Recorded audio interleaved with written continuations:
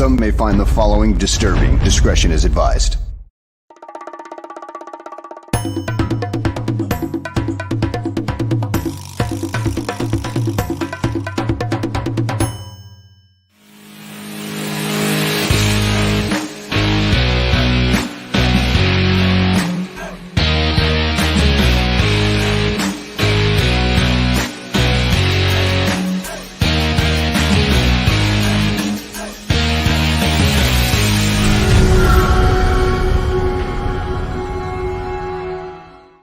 Welcome, everybody, to another episode of GTF, Gabriel Talks Football. With Greg Gabriel, you'll get a masterclass on all things Chicago Bears, presented to you by Greg, and he'll be with us in just a second. I just want to let you know that tonight at 8 p.m., Dan Aguirre, Johnny Santucci, and myself are going to talk about this Chicago Bears team, and we're going to look at the current status of the team and also talk about the near future.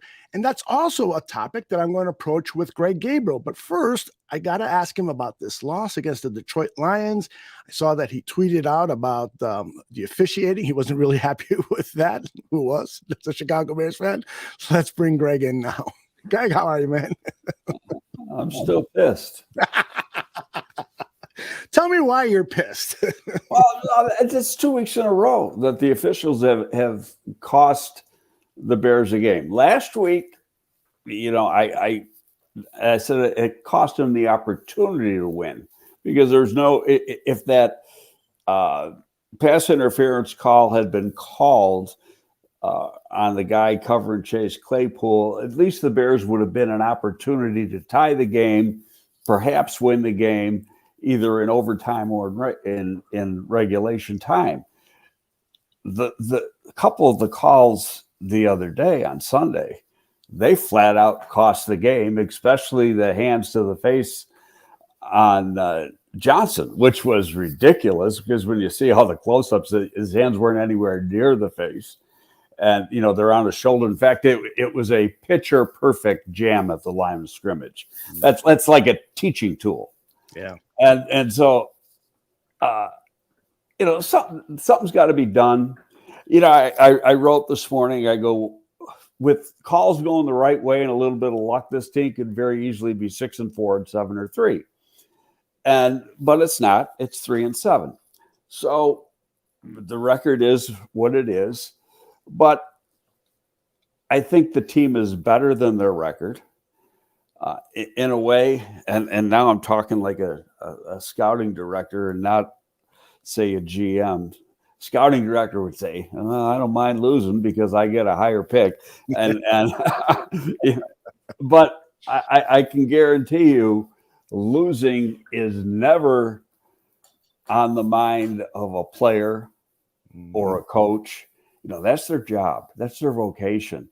And they want to win, and they're competitive people. They want to win every single week. So, I you might have caught it. I tweeted about the Colts on Sunday, and there was all this stuff going on Saturday and Sunday morning. In fact, I turned on the radio when I was going to the gym Sunday morning, and I turned on the score, but it wasn't the score people. It was, Odyssey out of New York City or wherever they were. Right. So it was national people, and they were talking about how the tank was in Indianapolis, that this was like the most unprofessional tanking job they ever saw in their life. But they forgot to tell the Colts. That's right. And Jeff Saturday. Because they were on the road and won a game, and they won it convincingly. That's not, tanking is not part of a player's vocabulary. Mm-hmm. Okay. It's not part of his DNA. I've been, at one time when I was young, a high-level athlete, and I am still ultra competitive. And that's all you ever want to do is win. Hell, I go out play golf with my friends. I get pissed if I lose a buck. But Greg, let me ask you this. And I'm not saying that Ryan Poles is tanking, but it is clear that he is preparing for a better roster in 2023.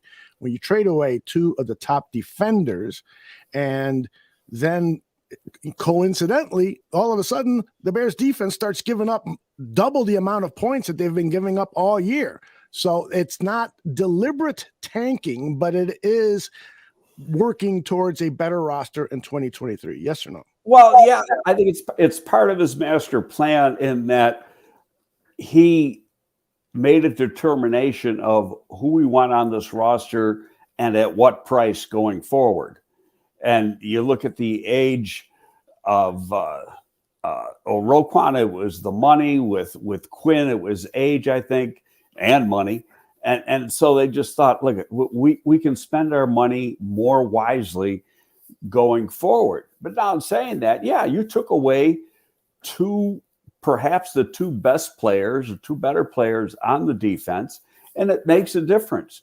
Now, granted, Quinn didn't get any early at one sack this season, but the other guys were getting sacks. And why was that happening? Because everybody was the offenses go into that game concentrating on stopping Quinn, especially based on the way he played last year. That helped free up other people. Now he's gone, and your blocking schemes can change a little bit, and now you're not getting any pass rush. I firmly believe that even though an interior defensive lineman might be the bigger need, and we'll get into this a little bit later, I think that I'm going to be surprised if an edge player isn't the first round pick. But, part of that has to do with where you're picking and who's available, that type of thing. But I noticed Ryan Poles went to Texas Tech this past week to check out a player, and they got a pretty good edge player there because I just happened to do him last week myself. And he's like a 6'6", 6'7" pass rusher who's got and sometimes plays on his feet. Excellent player. And that'd be a guy, if you're picking, he's not going to be a top 5, but in that next, say, 10-player group, that'd be a guy that you may consider. And I can't think of his name offhand. If you want to look up the Texas Tech roster. But it's you look at free agency and who could be available. Now, there could be guys that get cut because of contractual considerations. But if you look at what's out there now, what are their potential free agents, the edge situation is pretty bad. Mm-hmm. Yes, it is. There's no doubt. So you're going to have to get it in the draft. Mm-hmm. So that tells me, okay, if you're going to get an offensive lineman or you're going to get a 3 technique or a defensive tackle, it's going to come from the free agency rather than the draft, because there are some defensive tackles available in free agency. You got Daron Payne, who could be available. They could get franchised. They could resign. Daron Payne. You got the guy from the Eagles. You got the guy from Denver. There's some guys that would fit within this scheme very, very, very well. By the way, I think talking about the referees has upset Bennett, so let's not talk about it. No, what it was is somebody is at the door, and I don't know who it is, but my wife's home; she can handle it. Okay. So this and one of the things you're talking about, the defensive line, and Justin Jones, who's been playing that 3 tech this season, has actually probably been the best front 7 player of the ones that are currently on the team. No question. No question. And gotten better over the course of the last month. Mm-hmm. Getting penetration, being disruptive. I believe, and they signed him to a multi-year contract. I mean, he's obviously going to be around, and we'll get into that. But I believe he can play either defensive tackle position. So, and the same with Daron Payne. Now, if you sign a guy like Hargrave from the Eagles, I think Hargrave, he could play either, but he's more of a 3. Mm-hmm. So if you wanted to start now they play a rotation and often they're playing a 50-50 rotation. So guys are in the same amount of plays. Doesn't matter if you start. It's a matter, it's how many snaps you're playing. Mm-hmm. You can have them both in together, or you can rotate them and have somebody else at that, one technique, because they seldom play a pure nose on the zero. That remains to be seen. But the only thing I don't like about Hargrave is that he's 30 years old. Yeah. And so where Deron Payne and the guy from Denver, you're talking 26-year-olds. Mm-hmm. And so you've got the age factor that you figure in there. Hargrave may be more dynamic, mm-hmm. but when you look at, okay, what am I trying to do here? And you're trying to build a team and to get to a spot where you've got a window to compete, does that 30-year-old fit in that window? Right. Sam is asking, why aren't we seeing more defensive line stunts to scheme some free rushers up? I can't answer that. I'm not sitting in the defensive coach's room. Mm-hmm. But do you feel that Williams could do more to help his pass rush by scheming some, blitzing more stunts, that kind of stuff?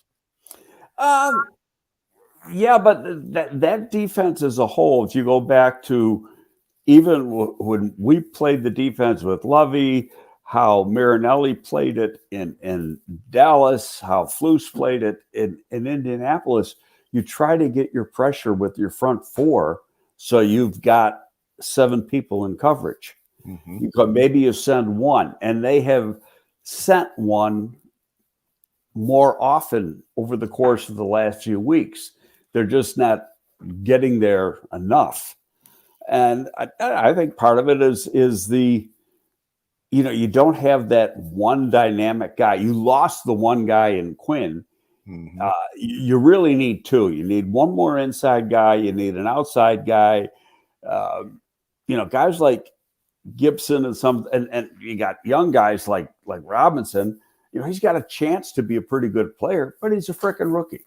Okay. Right. And you got to let rookies be rookies and let them develop. Now, one thing, and this is always on my mind because you read stuff and the guys on Twitter, they like, you see a bad play and they're ready to get rid of a player. Right away. Jalen Johnson was playing hurt on Sunday. Did not have one of his best games. Missed practice time during the week. And I heard him on the radio yesterday. He said it was difficult to do some things, but he said, hey, you got to fight through it and do it the best you can, which is true. But I read some things. Well, that could be the next guy they're going to ship out for a draft choice. That doesn't work that way. Mm-hmm. He's a quality corner. Quality corners are hard to find. He's a guy that's going to probably get paid at the end of this year. I think this is a 3rd year, right? Yes. Okay. They don't have to pay him this year, but sometimes you can get him a little cheaper if you do it after, they can extend him after the season's out. Once you get into January, they can extend him. Everybody from that rookie class who's finished the first 3 years of their contract, they can extend if they want. Right. And some of that 110, 120, 130 million, whatever that final number ends up being, some of that's going to go to some of these people. Mm-hmm. They're going to resign it. There's going to be guys that have 1-year contracts that they're going to want to bring back. Yep. And you might bring them back on a 2-year deal or maybe a 3-year deal. Right. I'm with you 100%. Justin Fields, of course, is doing certain things on the football field that we've rarely seen. There's no doubt about it that he has catapulted himself to a superstar in the league just because his Q rating is up. Jerseys are selling. He's so exciting. National TV shows are showing highlights and talking about how great. But those who watch very, very closely are still not totally satisfied with his passing. So I'd love for you to kind of clue us in as to why aren't we seeing more passing yards and more efficiency in the passing game? I'm going to go back to what I've been saying for the last few weeks, and that this offense, especially for the connection between quarterbacks and receivers, is very, very difficult. Mm-hmm. And I said a friend of mine who has worked in this offense for a long time, for years, he told me that the adjustments that have to be made between receiver and quarterback once the ball is snapped take a long time to learn. Like I read a couple times, who was it? Somebody from the Sun-Times, Lyser, somebody said, well, how come Chase Claypool's snaps went down from 26 to 19? That doesn't say much for Chase Claypool. Hey, dude, guess what? He's been in the offense it's 2 weeks tomorrow that he's been in the scheme. And no one he'll feel comfortable in it next year, not this year. Yeah. They're going to be, you see the improvement in Justin Fields play. Why is that? He's just now starting to get comfortable within the scheme. And where he's recognizing things when he gets, as this pre-snap reads, he understands the offense better. But one of the problems is, and you might not know this, I wrote this morning too. How about last week was the first week since the beginning of training camp they had every receiver healthy? Wow. That's wild. I mean, that goes back to the last week in July? Mm-hmm. And we're in the middle of November, and last week was the first time they had them all together as one group. That's so that has a lot to do with it. And some of these guys, you got Harry and Claypool, they're new to the scheme. And other guys like Pringle, they miss a lot of time. They're new, Pringle coming from Kansas City. He's new. The only guy who isn't new to the scheme and knows what he's doing is EQ. All right. So let's get into our little exercise here, because I want to make sure we have enough time, and then we'll go to questions from the chat room that are already starting to pile up. What I want to do is take a look at this roster and evaluate it, but also with an eye towards 2023. So what I told Greg is, let's take a look at every individual who is now signed, and in a couple of cases, I put up a free agent name. And with the question of, can this person help us win a championship? If that's fair with you, Greg, let's define that, because winning a championship can come from superstars, but also very valuable role players. Am I right? Absolutely. Okay. I've worked with championship teams, and you've got a combination of all the above. Yeah, you got some Pro Bowl players. Mm-hmm. And you've got some guys that are just good rank and file players. I use the term often. Is it a player you can win with, or is it a player you win because of? That's excellent. Okay. So, and we had that in our definitions when I was the scouting director for the Bears. And, for a certain grade, you said, I can win with this player. Okay. You want to draft a player you can win with. Mm-hmm. Okay.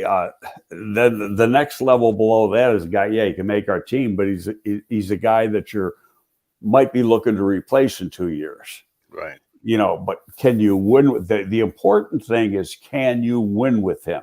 Mm-hmm. And the next level above that is, we win because we have him on our team. Right. Okay. Let's first start with that wide receiver group. And as you said, it's important to have continuity with these guys, because it takes a while to get the offense going. I listed these numbers to the right of the names of the receivers and all the other players you'll see on these lists are the amount of snaps they've had in 2022 so far. And Darnell Mooney at the wide receiver, 631, and Claypool, along with the Bears and Steelers, 517. And then we get to EQ, Dante, N'Keal Harry, Pringle, and Velus Jones. So let's go start at the very top. Of course, Mooney is going to be here in the future, correct? Well, assuming that they get a deal, because I think he's what year is this? His third year, right? Third year. Yeah. So he's just like Jalen Johnson. You've got to think about extending him you can think about it in January. You don't have to do it for another year, but price goes up in another year. Mm-hmm. So you got some money this year, so maybe you want to do it now. But he's and is he a player you can win with? Yes. Is he a player that you win because of? I'm not so sure. Go interesting. Okay, what about his relationship with Justin Fields? Does that factor into it? The fact that they're basically brothers. I mean, they spend a lot of time together. They work out together. They push each other. Do people in the front office look at that dynamic and say, well, that's another reason we need to re-sign or try to re-sign Darnell Mooney? Yeah, it's part of the equation, but it still gets down to what's he bring to the table, and is he going to help us win? And that's important. And I don't think there's any question Darnell Mooney is going to help you win. And I don't care what team he's on. The guy's a good player. Yep. Okay. Is he a number one? I don't think he's a number one, but he's a damn good number two. He really is. Chase Claypool, of course, is signed through the end of next season. And so the question is, perhaps for you, Greg, is could he be the number one? He's got an opportunity because, of his size, his strength, his length. Once he learns the scheme and feels comfortable within this scheme. And like I said, I think that's going to be next year. It's not going to be this year. They're going to pick and choose for him the rest of the year. And people are going to complain and bitch that, it was a bad trade. Well, you don't make a trade for necessarily today. You're making it for the future. And giving up the fact that they gave up a second round pick is all you need to know. He's going to be here for a while. They're planning on him being here for a while. Otherwise, they wouldn't have given up that second round asset in order to get him. But yeah, he's got an opportunity to be the guy that gets a lot of targets within this scheme. Great. Now, EQ is an interesting case study because as a blocker, he's among the league's best. I expected more out of EQ because of his familiarity with the offense, but we have not seen him have good games, half dozen catches, 60, 70 yards. We just haven't seen that from EQ. So I believe he is, if I did my homework correctly, I believe he is signed for next season. Your thoughts? No, I think he's a one-year deal. Okay. I think he's done after this year, but I also think he's a guy that they'd want to bring back. He knows the scheme. He can play the X. He can actually play multiple positions within the scheme. He is the best blocker among the wide receivers that they have. There's times when he's open, he just doesn't get targeted. Mm-hmm. He did have the one key drop a week ago. Right. But you hold it against him, but you look at the pluses and the minuses, and I think there's more pluses. I agree with you in that I thought the production would be more, but let's be fair. It's only been the last few weeks that Justin's been throwing the ball more. And part of that, I think, was by design. Yes. They were not letting him loose. And each week they let him do a little bit more. And I think that'll continue. Like this week, you play in Atlanta, you're playing indoors, you're not going to have any weather conditions about. I think that's going to, they're going to be throwing the ball around even more there. Mm-hmm. You're absolutely right about EQ's contract. And also Dante Pettis should not be on this list because his is a one-year deal as well. But they're all one-year deals. I mean, if you look at EQ, Dante Pettis, Byron Pringle, N'Keal Harry, N'Keal Harry, all of those guys come out of contract after this year. Mm-hmm. Okay. The guys that I think they like Pettis mm-hmm. because he's kind of revived his career. Mm-hmm. He's shown up on special teams, and he's done something. Not only has he returned punts, but he's been on the coverage teams. Mm-hmm. And Byron Pringle, now he came in, he missed a month. I think they expected a lot out of Byron Pringle. You can't help the injuries. He had a couple injuries. He hasn't been able to play, but as soon as he was healthy and able to get going, they brought him up and they sat Harry. And Pringle not only was getting some snaps in the offense, but he was the lead gunner. Mm-hmm. And he's very, very good at that. So I'm going to say this about the rest of the group, and we can really finish up the group saying this. There's still 7 games to go. Mm-hmm.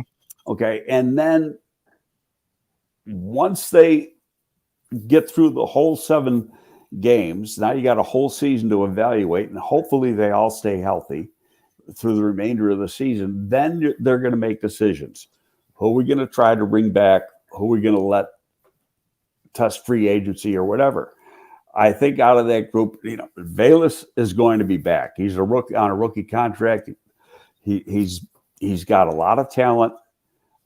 I just think, they're going to let a rookie be a rookie right now because of the mistakes he made. They're going to go with some of the veterans. Do I think he's going to get more play time before the year's out? Absolutely. Mm-hmm. But they're going to make him earn it. And that's fair. That's more than fair. Absolutely. Swifty correctly points out in the chat room that Pringle signed a 2-year deal with the Bears, which is probably a good thing. I mean, the poor guy got off to a unfortunate start here in Chicago with injuries in the preseason and then an injury during the season. So he sputtered off his start. He got some playing time early on Sunday against the Lions. Unfortunately, he was called for a holding call. Probably wasn't a good call, but I no, that was another one of those BS calls. The worst, the second worst call, the worst call was the one on Jalen that negated an interception. The second worst one was the holding call on Braxton Jones on a play that would have been a 1st and goal at the 3.5-yard line. Yep. Okay, so in essence, that cost you 4 points because they got a field goal out of that drive. They would have gotten 7. Yep. And there was a couple of holding calls that I posted up on the Barroom Network Twitter account that were not called on Detroit that just infuriated me because you're making those calls against the Bears. Why aren't you making them against the Lions? I'll tell you. I check the no, I shouldn't say that. Don't not say publicly. All right, let's go to the running back position where the lead running back on this team, David Montgomery, is a 2023 free agent. Then you got Khalil Herbert, Treston Ebner, and then the fullback, Kerry Blasingame, who might be under a 1-year deal. So I'll double check that. Your thoughts on this running back group? Are you trying to bring David Montgomery in, or are you saying, you know what, his market value is more than what we want to pay for this position? Well, I don't think his market value, first of all, he's running back. Mm-hmm. So I don't think his market value is going to be that substantial. Mm-hmm. So, and he is a valuable person in the locker room. He's a good player. He's the best pass blocker they have at the running back position. The difference with Herbert's a better pure runner. He's not as hard a runner as Montgomery, but is a better pure runner. He's got more home run ability to him. Mm-hmm. But he can't pass block like Monty can. Right. I think if you can get Monty at the right price, they bring him back. Mm-hmm. If they, they'll offer him a deal. If he wants to take it, he'll take it. If he doesn't, you see this every year with running backs. You can find one in the draft. Mm-hmm. It's not that hard. So it's going to be, I don't want to say take it or leave it. There'll probably be some negotiation, but it's like when they had Jordan a few years ago. Mm-hmm. He wanted some big money. He didn't get it.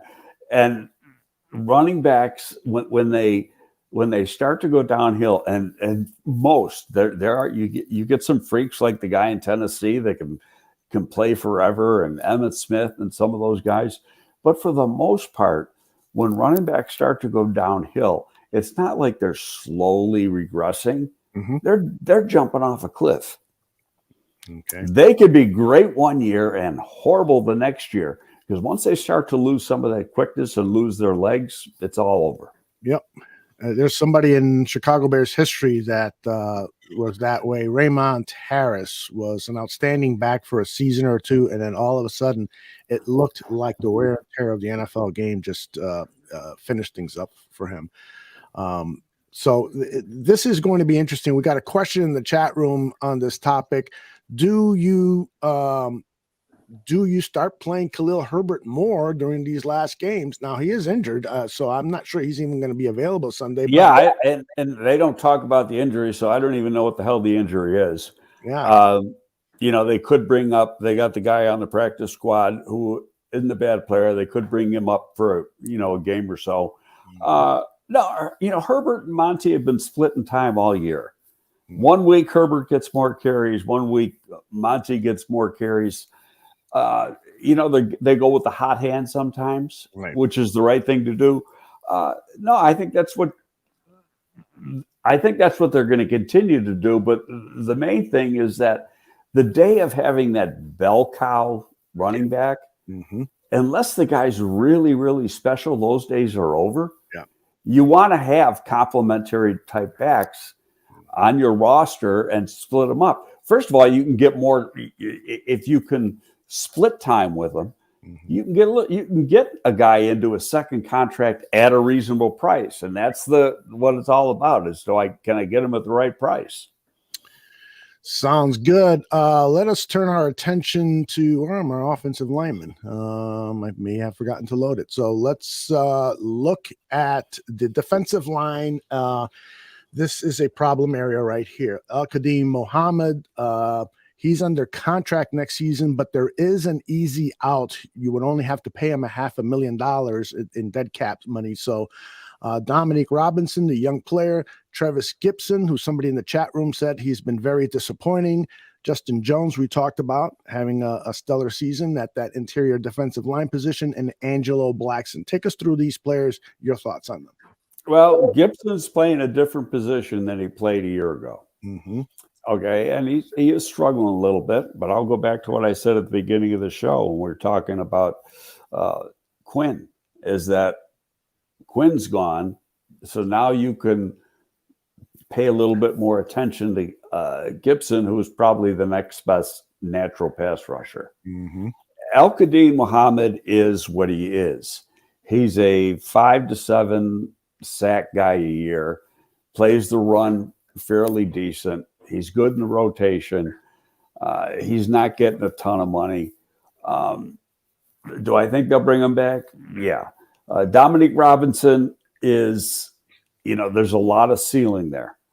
He's got to hit, he needs another year in the weight room. He's got to get stronger, probably get a little bit bigger, learn how to use his hands better. It's a learning process. The guy's only been a defensive lineman for 3 years in his life. So this is all new to him.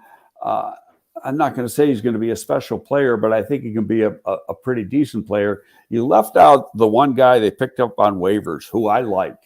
He hasn't done a whole lot yet. At the 53, he was waived by Buffalo. Yeah, and he's played the last couple weeks.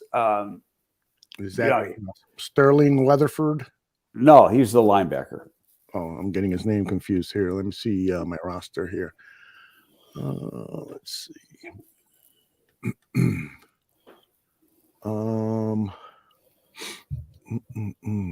you've got a couple defensive tackles that don't have listed there. You got the guy from Minnesota. They picked up on waivers from Minnesota. And then you got the Pennell you don't have listed. Yeah, Pennell is not under contract next season, which is why I didn't list him. That's probably why I didn't list the guy that was recently acquired. And that person, why am I not? Well, they claimed him on waivers, so you pick up his rookie contract that he had with Buffalo. He was an undrafted free agent, whether that was a 2-year deal or a 3-year deal. Armand Watts. No, Armand Watts was who they picked up on waivers from Minnesota, but I think he was in the last year of his rookie deal with Minnesota. Armand Watts has actually played pretty decent football. Not Klein. That's a linebacker.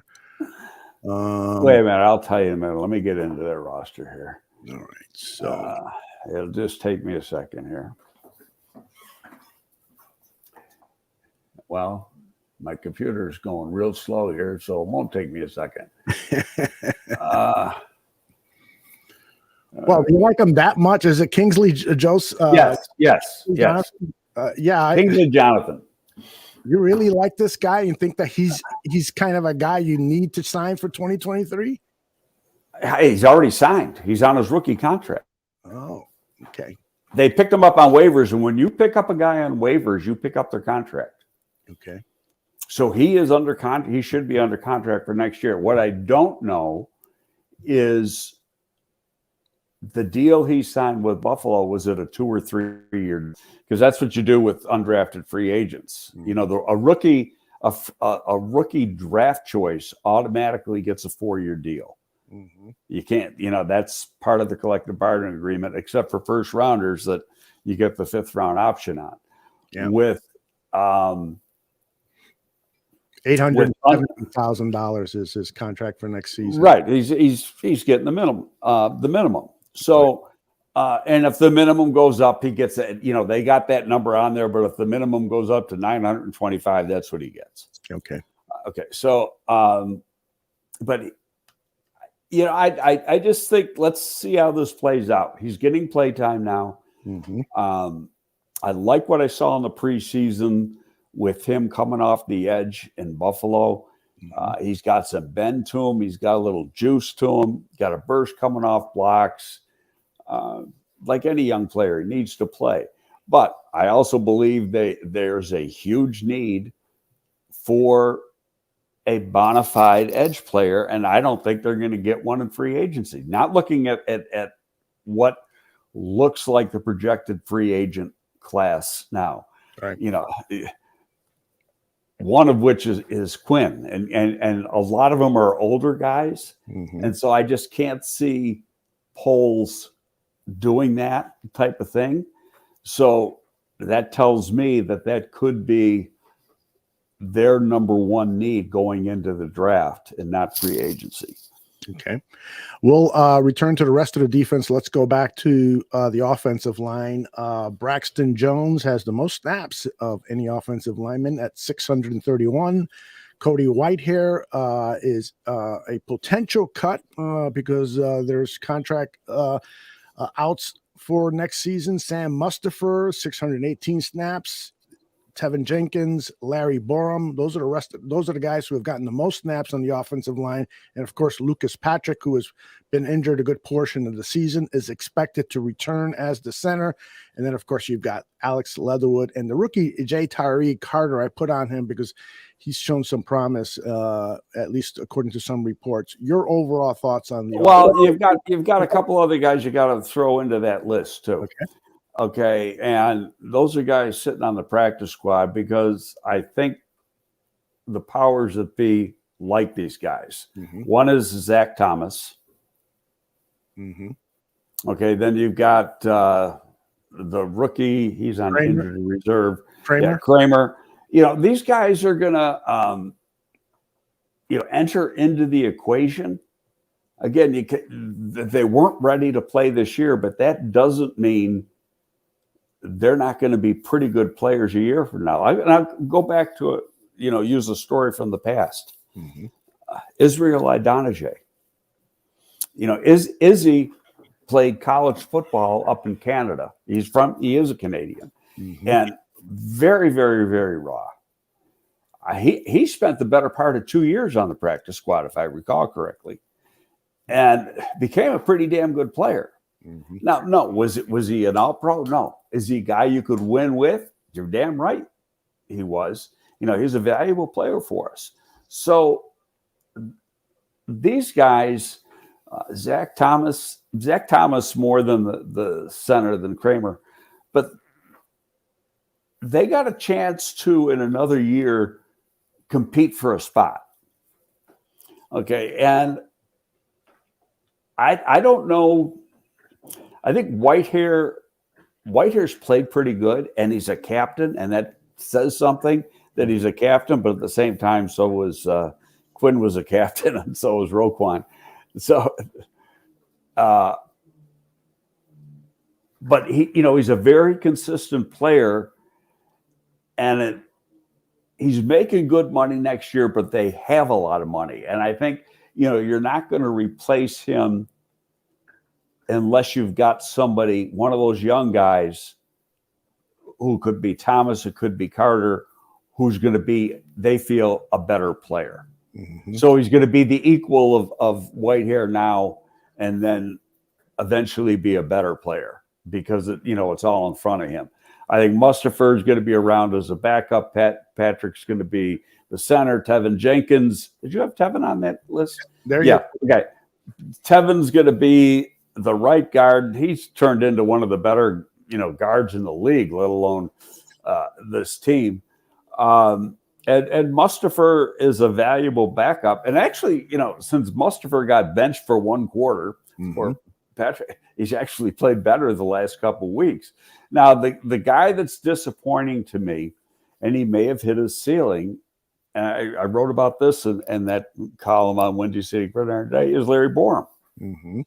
Larry Borum, you thought the arrow was going up, but he seems to have hit that plateau. So now, and what tells you that is that he's, he was hurt and missed 1 week, but he was ready to go last week. He practiced last week, yet Riley Reif still was starting because Riley Reif played better than Borum did. Mm-hmm. And so that tells me that Borum might not be part of the future. Is he going to be here going into camp next year? Yes. Okay. Now, could they, if you look at some of the potential free agents, you've got Cleveland has a tackle who was a former first-round pick with Tennessee, Jack Conklin from Michigan State. Excellent player. Okay. Real good right tackle. Mm-hmm. He's only 28 years old. Mm-hmm. And the contract he has now doesn't break the bank, so you can give him a raise and still not break the bank. Mm-hmm. Okay. Then there is a guy who would be very familiar in this scheme, and that's Mike McGlinchey, the former Notre Dame player who's at San Francisco. Can San Francisco afford to re-sign him? Mm-hmm. Or can they afford to, put the tag on him? So those are two guys that, could enter into the picture, or you can draft another tackle. Mm-hmm. And that's the decision. What's going to happen is if you go out in free agency and you sign a guy like one of those two guys, or maybe another guy that they like. And I just looked at the list briefly, but those two names jumped out at me because I know they're very good players. That's going to tell you if they take one in free agency, they aren't taking one in the draft.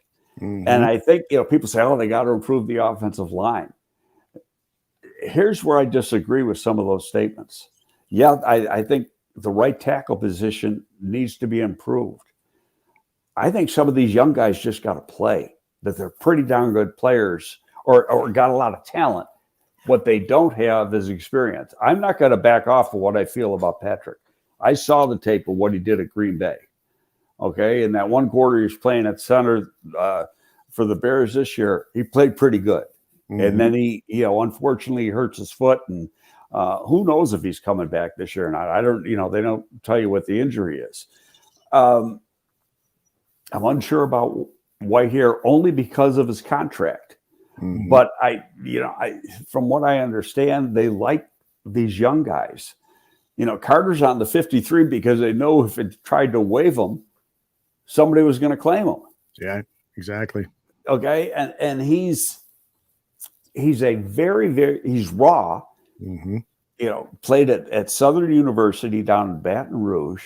But this guy, and I don't know if we talked about this previously, this guy's a freaking point guard that had D1 offers as a point guard. Wow, I didn't know that. Coming out of high school. That tells you what kind of athlete he is. Cool.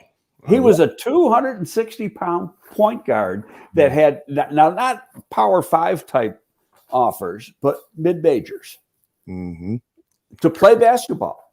Pretty cool. We got a couple of offensive line type questions here. Michael Henneman says Braxton Jones somehow is untouchable at tackle, a fifth rounder from SC El Paso or wherever. No, it's a Southern Utah. He says, "Come on, get a blue chipper to make more competition. It's a vital position." Orlando Brown. Well, I'm gonna tell Michael this right now. Okay. Braxton Jones will be a blue chip left tackle in this league. End of discussion. There you go. Okay, there's not a doubt in my mind. That guy was a steal. And he gets, he got beat up a few times this year, and rightfully so. Again, played at Southern Utah, which is a lower level FCS, level of competition. He's gotten better every week. His run blocking already is very, very good. Okay, he keeps improving and he's a rookie. And, this guy is playing pretty damn good. They love him. Yeah. And they know he's got a very bright future. This is what bothers me sometimes about the fans. They don't understand development. Yeah. And how it takes, to develop. You're looking for that guy. That's the guy you want. Yeah, exactly. That guy's going to make $1 gazillion in this league. Trust me. And what's my dog doing? He's sneaking in on me. He came in. Let me shut the door here for a second. Yeah. Bennett came in like he was a cowboy entering a saloon looking for the outlaw. That was the entrance he made in there. It's like, where's my girl? Let me also I want you, Greg, to respond to what Ryan says here. He says that Olin Kreutz likes Borum over Braxton as a tackle. I have not heard that from Olin, but what are your thoughts on that? I have not heard that either. I think where Borum might end up, it's like Tevin. He might be better as a guard than he is as a tackle, because I think he has flashes, but he's kind of, in my opinion, he's leveled off, and he has problems getting beaten wide. And I look at it this way: if the coaching staff saw Brian Crawford said, we're impatient. Well, you know what? In this game, you got to learn how to be patient. As a Bears fan, you got to learn how to be patient. No, I got to tell you, I spent a long time working in the league, obviously.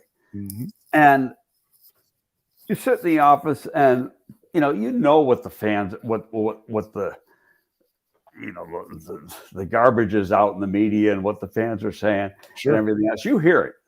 So, we'll call it noise for lack of a better word. Yeah. But you got to develop your players.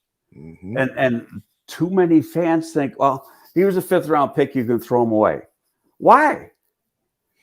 They might've had a 3rd round grade on that guy. I mean, I know several times where we took guys in the 4th or 5th round that turned out to be pretty damn good players. How about Alex Brown? Yeah. That was a 4th round pick. Yeah. Yeah. Okay. So let him learn. He's learning how to play this year. There's people around the league that really like his talent. And on top of that, 35.5-inch arms. You're dying to find guys like that. You're spending millions every year in scouting to find a tackle with his kind of athleticism and that kind of length to play the position, and they got him in the 5th round. Yep. And he's one of those players, Greg, that gets it. And what I mean by that is when you listen to a player talk and he self-evaluates himself and he's critical, but he says, I'm working on this and so forth. He gets it. He knows that he still has a ways to go. He's not satisfied with his play. And so that's another really valuable trait, I think, in evaluating players as fans or even professionals like yourself, that, you talk to the guy and, man, you walk away impressed. Well, what you're saying or defining is football character. And football, and we've talked about it a lot. Football character is the guy's passion for the game, his desire to be great, things of that nature, his work ethic. He has all that stuff. He wants to be a good player. He knows where he came from. And I think, well, it might not be next year, but I'll say by year 3, he's going to be one of the elite left tackles in the National Football League. I love that. Could I be wrong? Of course I could be wrong, but I don't think I am. All right, let's move on now. I think we've exhausted let me finish one other thing. Okay. Because everybody wanted to run off Leno. Leno was a 7th round pick, and he's a pretty goddamn good tackle in this league. Okay. And he's making some good money now. Well, he's making about $10, $12 million a year for Washington. And by the way, what a hell of a win for Washington. Incredible. Have they lost yet since they played here? I don't think so. I think they did lose one game, yes. Last week, as a matter of fact. And hats off to Ron Rivera. What a good guy. He was. Did you see any of those videos for him in the locker room? No, I missed those. He was in tears. I read that headline. Yeah. I mean, he could not talk. He's trying to thank the players for their effort, and he's literally in tears. And then he has to walk out. And he just kind of mumbles, "My mom would be proud of you." And it was really a touching video to see. Oh, I'm definitely going to look for that. That was huge. Anything else regarding offensive linemen? Because I did want to ask you about Alex Leatherwood. There is a slight chance we might see him this season. He is on the 53-man roster. Right. The Bears have, I think, another week to determine whether they're going to continue to keep him on the roster. But you have said before. No, they brought him up to the active, right? Oh, that's right. He is on the he is on the roster. Right. He's and I'm glad you brought him up. He's kind of the wild card. He's on the rookie contract, very, very talented. That could be too. And again, I'm glad you brought it up because I thought about this, especially when they got him. He was a left tackle all through college. And he played pretty good. You go back and you look at Alabama tape, playing left tackle, he's pretty good. Okay, he's very comfortable playing on the left side. That might be your left guard. Okay, so, but there might be some maturity issues with him. I talked to a guy who has that area, not with the Bears, he's with another club. And, that's what he said. He said, great talent, but there might be some mature issues. But you know what? It got cut. And sometimes when you get slapped in the face like that, you start to mature pretty quick because then you start to put your priorities in order. And hey, I got an opportunity to make a lot of money in this league, and so I better take care of that. Now the Bears got control of him. This only is second year in the league, right? Correct. They got control of him for at least 2 more years because they can pick up the 5th-year option. But I don't think, he's really struggled on the right side when he was with the Raiders. Now, does that mean he can't do it? No. But I know that there's some people that, when they grow up playing one side and then they try to go to the other side, they just can't do it. Some people, it's real easy. There's other people that, because everything's different, it's the exact opposite. It's always different. They just struggle to do it. He could be one of those people. But at the same time, he's athletic enough to play guard in this scheme. But I think it's during the off season, OTAs and everything else that they finally decide, okay, let's work with them in that. Right now, you're just, keeping them going in case you got to use them because of an emergency. Right. Well, I got to tell you, this offensive line, you talked about patience and having patience and letting them develop and so forth. And I think we've all seen the offensive line play improve over the last few weeks. Now, it's still a concern to me, and I'm sure to many others, that we've had a lot of different combinations at the offensive line, 7 in the 10 games, 7 different combinations at the starting offensive lineman. And so I got to think that this is probably Poles' first or second priority for this team, is to make sure that we have a starting 5 next season and quality depth. And hopefully we don't go through this ring around the rosy or musical chairs, whatever the expression is, of offensive linemen. But this doesn't seem as terribly a high priority in terms of devoting first round draft picks or billions of dollars in free agency money. Do you agree with that? Well, I think they could spend some money on a tackle, because, like I say, you've got a 1-1 and 1-2. Okay, those are your 2 premium round picks, unless you trade back. Right. And I think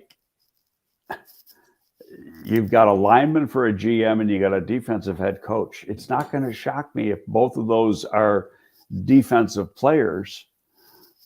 But the whole, in my opinion, I'd love to see him be able to sign one of those top defensive tackles if, in fact, they hit free agency. And they'll spend money on a guy like that. Hell, they offered Ogunjobi $40 million. Right. $40.5 million. It's not like they won't pay. And they got the money to do it. But I think, right now, I'm going to say it's almost a lock that an edge player is going to be number 1. But, the criteria changes. It depends where they're picking. Sure. Because, you're not going to pass up a real quality player on their board. Doesn't matter what we think. It's what, on their board, just to go with, a pass rusher. But they got to get a good one. Yep. And let's turn to the tight ends here. And nobody epitomizes more your philosophy of draft and develop than Cole Kmet. This guy is now becoming one of the premier tight ends in the National Football League. I have been saying, please be patient with this guy, Bears fans. He's only 23, 24 years old. Come on. I think he's 23 because he was young coming out. Yes. And so I'm so excited for him. He's one of those guys that I'm talking to his agent and say, okay, what's it going to take? Because we want you around for years. Now, Trevin Wesco and I believe Ryan Griffin are both 2023 free agents. I got to believe, Greg, that this is another position you're going to go hunting for, whether it's draft assets or free agency. It wouldn't shock me at all that they try to bring back Wesco and Griffin. Number one, what's this team want to do? Run. Wesco is he's almost like another tackle. Guys, he's a hell of a blocker. Yeah, he is. He's not going to do a whole lot for your pass game. Griffin, he's serviceable, but Cole Kmet is your prototypical wide tight end. Okay, people, when they drafted him, people were thinking they were getting another Kelsey. Yeah. Or Kittle. It's not that. Kittle is another one. Kittle's 245 pounds. Cole Kmet's 20 pounds heavier. And he can block his ass off. But now that they're finding out, this coaching staff is finding out what he can do. Actually, when you look at his athletic numbers and compare him to Kelsey, they're almost identical at combine numbers. But I'm not going to say he's the athlete that Kelsey is, because he's not. But what you've seen from him in the last few weeks is what you can see every week, and he's a plus to the run game because of the way he blocks. Now, could they use a true move tight end? Yeah, but you got to find the right guy. Right.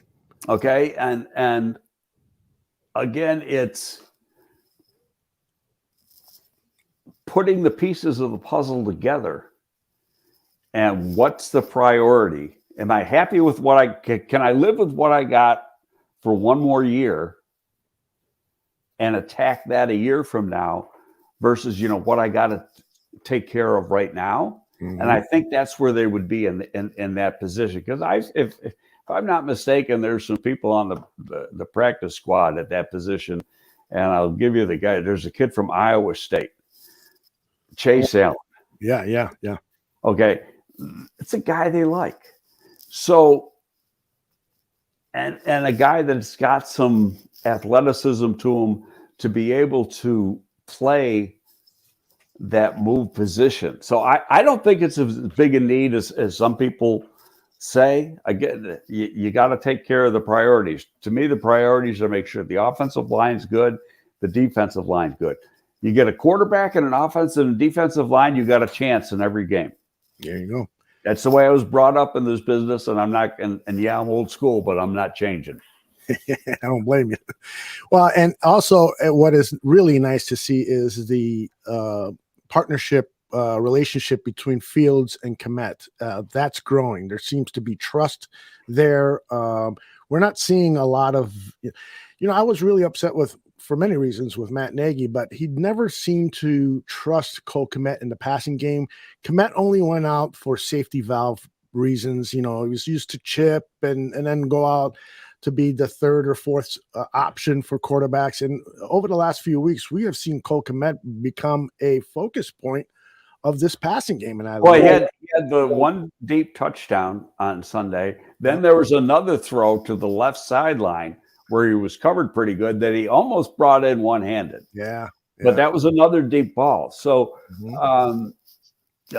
talented guy. And I want to say one thing about the offensive line, too, because people, want to bitch about the offensive line. Mm-hmm. Well, do you think the running game would be as strong as it was if the offensive line sucked as bad as they think it does? Exactly. You got to block a little bit to open those holes. Indeed. There's two parts of offensive line play. It's run blocking and pass blocking. That's right.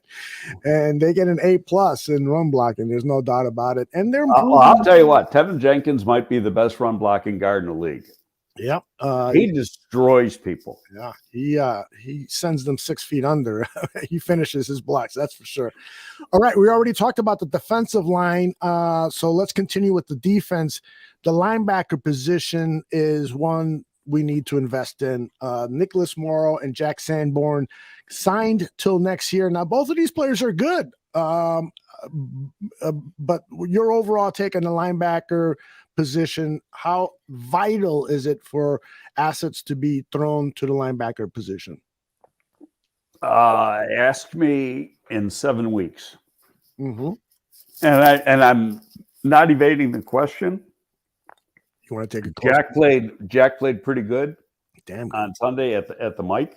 Mm-hmm.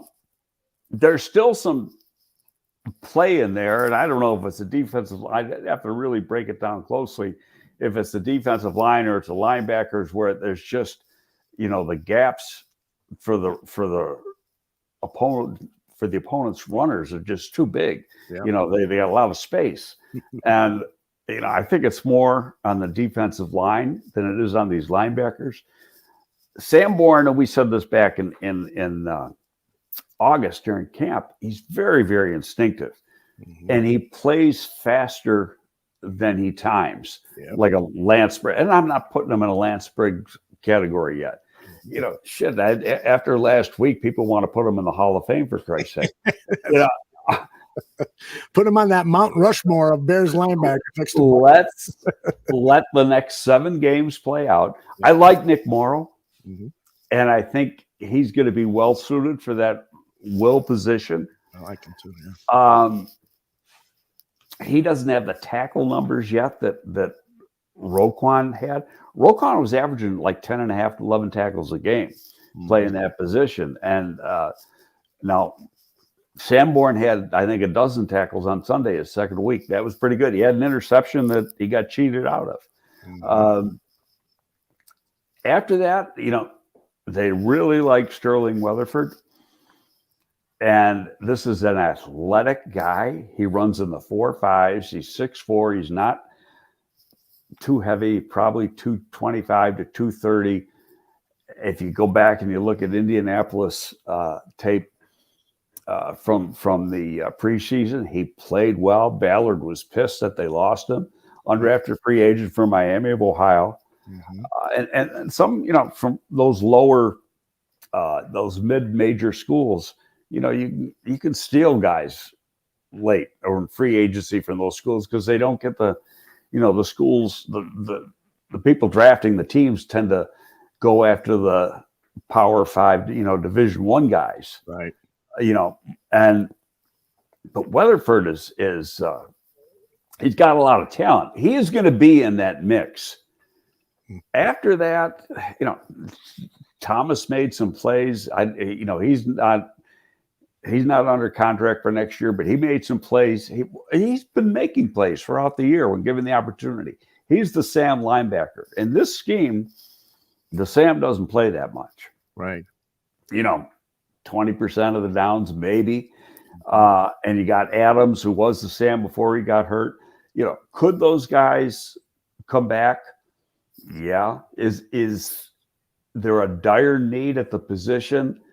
I can't say until we see how the season finishes out with Sam Morrill playing that, and if Weatherford gets some snaps in there before the year's out. It could be a primary need, or it could be a secondary need.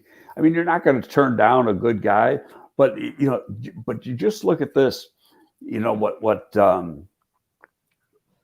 Flu said in his presser last week. He doesn't put, even though Will is very important to him, he doesn't put it as a high priority when you're getting into the draft room, especially when you're talking first, second round maybe, but not first round, right?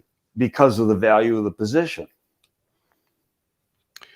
All right, let's talk about value in the defensive secondary. This is the one area where I think we need the least amount of help. Jalen Johnson, Kyler Gordon, Kindle Vildor is a player that I'm finally starting to question whether all my love and affection it was worthy. And then Jalen Jones, the undrafted free agent, he's played 200 snaps on defense. Elijah Hicks, I think, is somebody that the Bears like. He has yet to see action with the defense. And then Eddie Jackson and Jaquan Brisker are your safeties. Your comments on the defensive backfield? I think there's a lot of talent there. Kyler Gordon is playing two positions. And, he came out early when Vildor went down. And Vildor, before he went down, was playing pretty darn good football. He has been, since the beginning of the season. You can win with Vildor. You can win with all those guys. But they got to have, they're only as good as the help up front. And so you've got to, there's just the one comment came up from the chat room. He thinks the secondary set. You always want competition. And if you can find some competition, you're going to bring in the competition. But as a group, this is a pretty young group that's talented. And they got size, they got speed. Yeah, I don't think it's a priority. You're not going to turn down a real good player at the right spot. Let's say, you get into the third, fourth round and there's a guy that you got a real good grade on, that's a corner. You're going to say no to it? No, you can't. Not if he's, sitting up on your board and it's jumping out at you real hard. So, you got to do it. But yeah, I agree. I like the talent there. They'll get better as they grow within the system and as they get experience, especially with Kyler and Jaquan.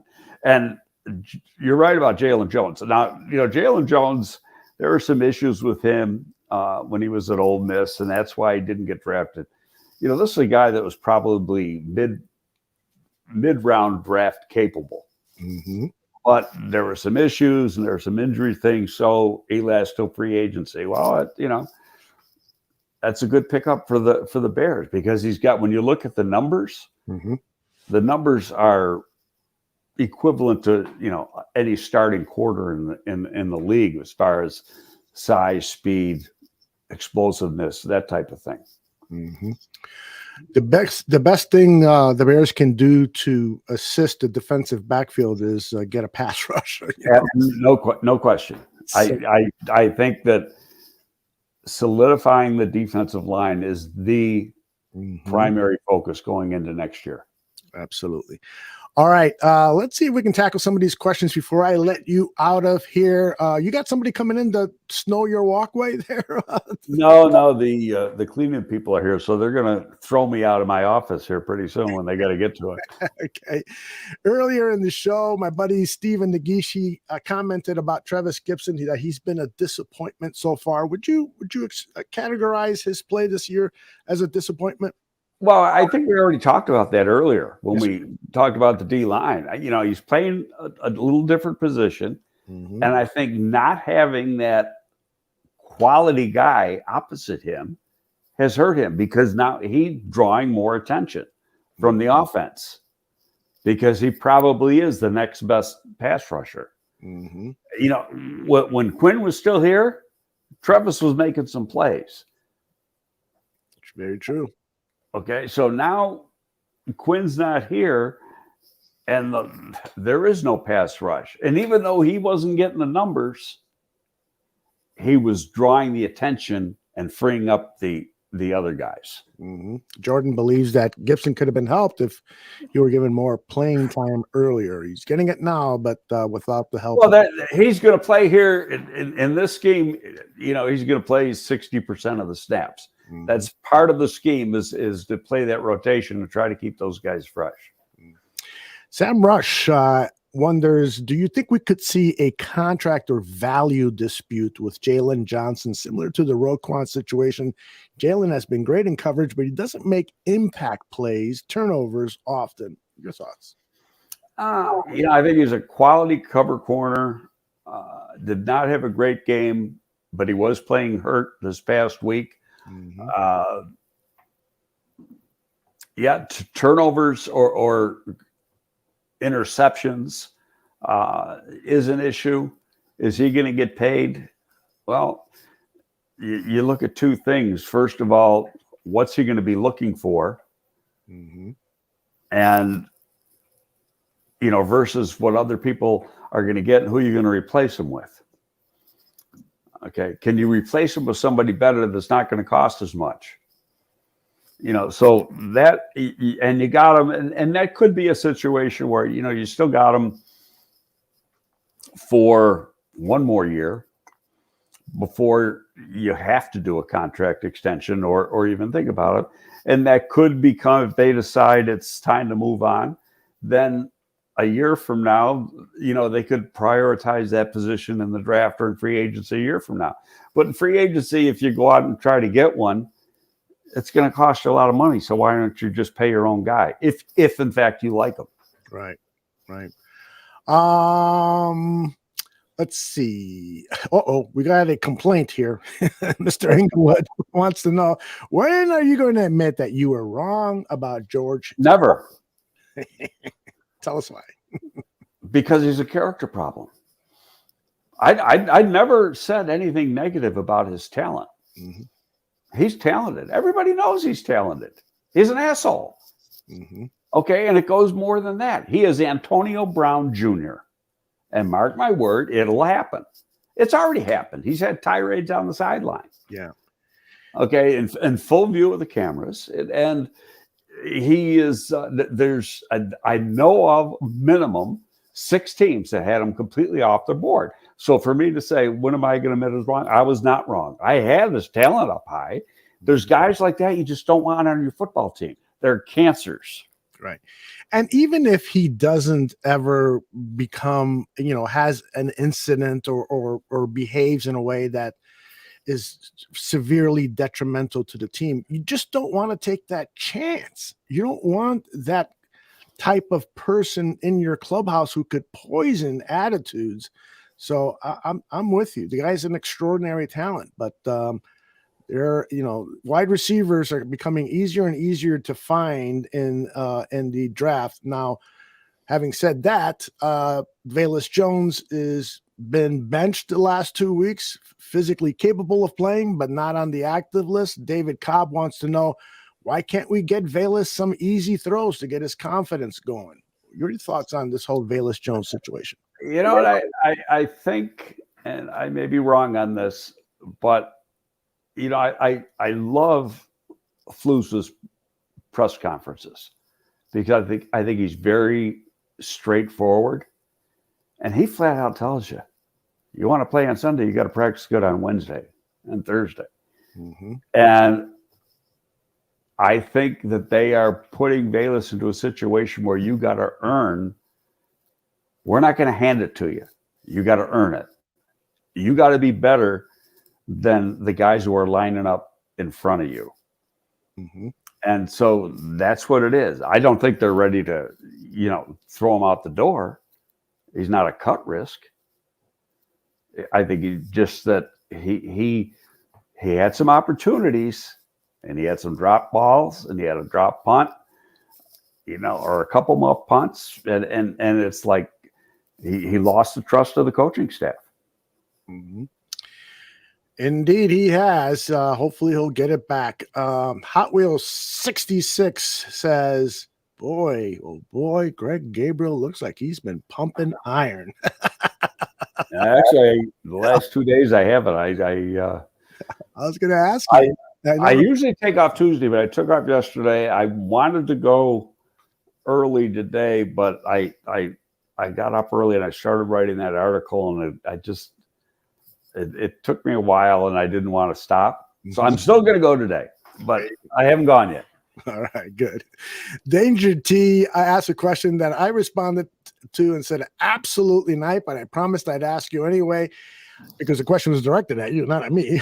He goes, I know we need wide receiver next year, but what about signing Saquon Barkley as a free agent? The backfield with Justin Fields and Barkley would be explosive. That'll never happen in a gazillion years. That's what I said. It's just not going to happen. You're not going to give a running back with injury that kind of money. Yeah. The guy, he's missed as many games as he's played. That's not good. And yes, he's having a hell of a year. Mm-hmm. But are the Giants going to bring him back? That right there is the key. Mm-hmm. And that'll tell you a lot. Do the Giants bring him back? Yeah. And I had a conversation with a general manager. It was a text conversation. I think we talked about it going into the trade deadline. Mm-hmm. And I sent him a text. I said, are you hearing anything about Monty being available in trade? Because there's a lot of that stuff. He says, no, not a thing. And he goes, and then he adds, and they wouldn't get anything for him anyway. He's a running back. Right. Yeah, the market. And that plays into next spring when you're trying to redo them. That tells you a lot. Right. Yeah, Spotrac has his market value, David Montgomery's market value as a free agent at $9.9 million. And I just shake my head. No way. No way is he going to make that kind of money. Not going to happen. Not in today's NFL. All right. Interesting. I think he'd be lucky to get 5. Yeah, he's a good player. I agree. And if 5 is the asking price, I would sign him to a 1 or 2 year contract. 2-year contract. I'm sure he wouldn't sign for anything less than that. But anyway, I wanted to ask you, and Jimmy Tony wanted to ask you about Elgton Jenkins, the Green Bay Packers. He's offensive lineman. That guy has played up and down that line, left tackle, right tackle, guard position, and he's played at a high level, but he has had an injury history. Would you look at him as a potential free agent acquisition? Yeah. Brings up an interesting question because you can't do it. What I'd want to do is be able to give him a medical before I have to sign him to a contract, but you can't do it. And the perfect example is Ogunjobi. Yeah. But I think you're going to have part of it because Getsy was with him. So Getsy knows, not this year, but in years past, what the injury was. How he rehabbed, how severe it was. He sits in those meetings. He's got to have a pretty good idea. Would he be a guy that you'd want to bring in? Yeah. Could he fit in at the right tackle spot? Yeah, he could fit in a lot of spots because he does have that versatility. So yeah, no, that's a good name. Yeah, I like it. We got a question here from my man Foster. Says, what's this guy's first name? Patterson, the offensive lineman. Jared Patterson. Yes, I know you've seen him play a lot. What are your thoughts about him if he's available in maybe the third round? I don't think he's that high a pick. Oh, really? Okay. No, I like Jared, and being that Harry put him at guard this year, it gives him some versatility. I think he's a day 3 pick that's going to play in the league and be an eventual starter. I think he's a backup when he comes into the league. He's got a better reputation than I think he is as a player. He's good. He's not great. Put it this way: he's better than Sam. But you got Sam as a free agent. Yep. But Bars is a free agent. I mean, he's a little bit better than those guys. Right. Coming out of Notre Dame. Notre Dame's 2 best linemen are sophomore tackles, and both of those guys could be premium round picks. Okay. 2 more questions and we'll get you out of here. Jimmy also inquired about Rakian Sin, the defensive back. He's a free agent. He was with Indianapolis. I saw him play at the Senior Bowl. I thought he was a intriguing prospect. Any thoughts about him and potentially bringing him in? I mean, I liked him coming out. The Colts took him in like the 2nd or 3rd round or something. 3rd round, I believe. Played well for them, but then they let him go. No, he was part of a trade that went to San Francisco. Flus knows him. So, I mean, that would be a call like Flus would say, he's better than what we got type of deal based on his experience with the player. And then you'd go from there. Yeah, he was actually a 2nd round pick. My apologies on that. All right. And the last question we have for you is about Dominique Robinson. Derek wanted to know, do you think that he could potentially play inside the line with his athletic skills? He could potentially be very disruptive there. What are your thoughts? I don't think he's big enough. I think, in some sub-package situations, you could put him as an inside pass rusher, and they've already done that. But it's few and far between. Do you want him playing inside all the time? No, he'd get killed. He's 255 pounds. He's an end. But like I say, if you get some more pass rushers, you can use him in some of your pass rush packages, and he's going to win with his quickness because you're going to throw. Everybody in the world knows they're going to throw the ball. So then you're trying to create pressure. All right, my last question for you, and we'll finish things up. What are your thoughts about this upcoming game against the Falcons? I personally just want to see more progress. Of course, I want the team to win, but I just want to see more progress in the passing game, and I want to see a pass rush develop, and hopefully a guy like Dominique Robinson, starts getting more pressures and so forth. So your thoughts on this Bears-Falcons game? I agree with you. You want to see progress. And to me, the offense is getting better every week. I keep expecting to be a drop-off, and there will be a week when there's a drop-off. It's going to happen. But you want to see the growth. You want to see him, see Claypool play a little more. I do not expect him to be, a huge piece of the offense this year. I expect it next year. I don't expect it this year. Yeah. I want to see how some of these other guys fit. To me, the last 7 games, I don't give a shit if they win or lose. My job's not at stake. So, if I'm a coach, you do. But I want good play. They're playing competitive football now. I mean, it's enjoyable to watch them.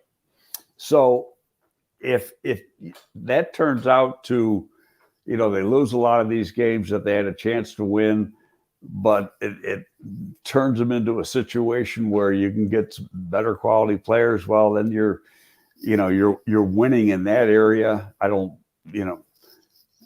when I was working in the league, I would have said that, but that's now that I'm not, it's a different story. Yeah, to me, it's just the development of the young guys. So what you have exactly going forward in the next season. Great. I promise you that was the last question, but I lied to you. I've actually got two more. You always lie to me. Come on. Yeah, it's so true. Brent asked such a good question, and fans in the chat room want to know. He's curious if you ever had aspirations to be a general manager, and did it ever come close to you getting an offer or an interview?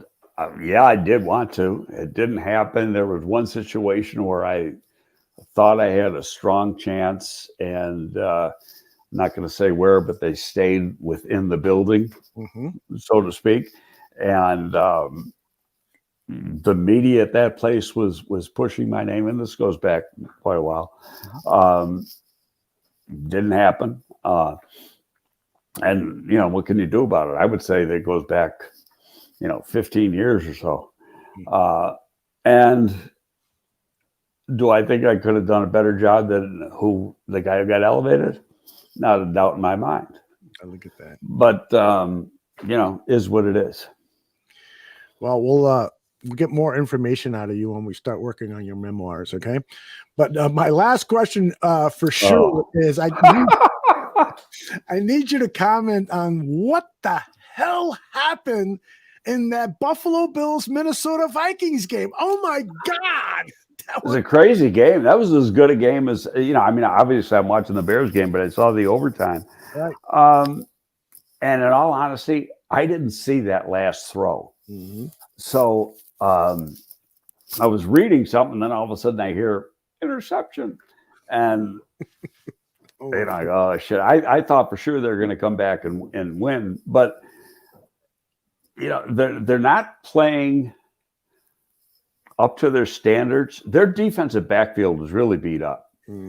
Okay, so they're giving up yard. Their best player hasn't even played yet this year. That's Tre'Davious White. He could play this week. He tore an ACL late in the season last year, so he's about a year out right now. But they got to start winning some games now again. Or they could be on the outside looking in. Yeah. And Josh Allen, I'm shocked he even played. Yeah. That was. He's got a bruised UCL, and he throws for almost 300 yards. It was remarkable. And then a couple times you ran the ball, and it's like with no regard for his body whatsoever. The way he's throwing his body around there, and considering the injury that he has to his right arm, that kind of surprised me too. Which tells you, he's a tough guy. He wants to win, and you want a quarterback with that attitude. But man, that was a disappointing way to lose with those mistakes there at the end of the game, and that could be a preview of the Super Bowl. I wouldn't be at all surprised if those two teams met. The Vikings, of course, have to get past the Eagles, who lost their first game yesterday, and of course the Kansas City Chiefs always loom in the AFC. Greg Gabriel, another great show, another masterclass in the art of football talk. You are the absolute best. We'll see you next week, either Monday or Tuesday. Okay, brother? Sounds good. Okay. Talk to you later. See you later. Take care. And then for anyone else at the bar room, want to make sure that you are aware of our 8 p.m. Central start tonight. Dan and Aldo bare their souls. We're going to talk about this game. I think Dan Aguirre is still upset. I didn't get a chance to listen to Bears Country podcast last night, but if he's on the ledge, we'll talk him off of it. And we'll talk about, what our expectations should be the rest of the season. And we've got a lot of really cool stuff to react to from the local media here. So Stan and Aldo bare their souls at 8 p.m. tonight. And of course, Johnny Santucci will join us. For everyone who joined us live on GTF today and those listening on demand, thank you very much, and we'll see you all soon.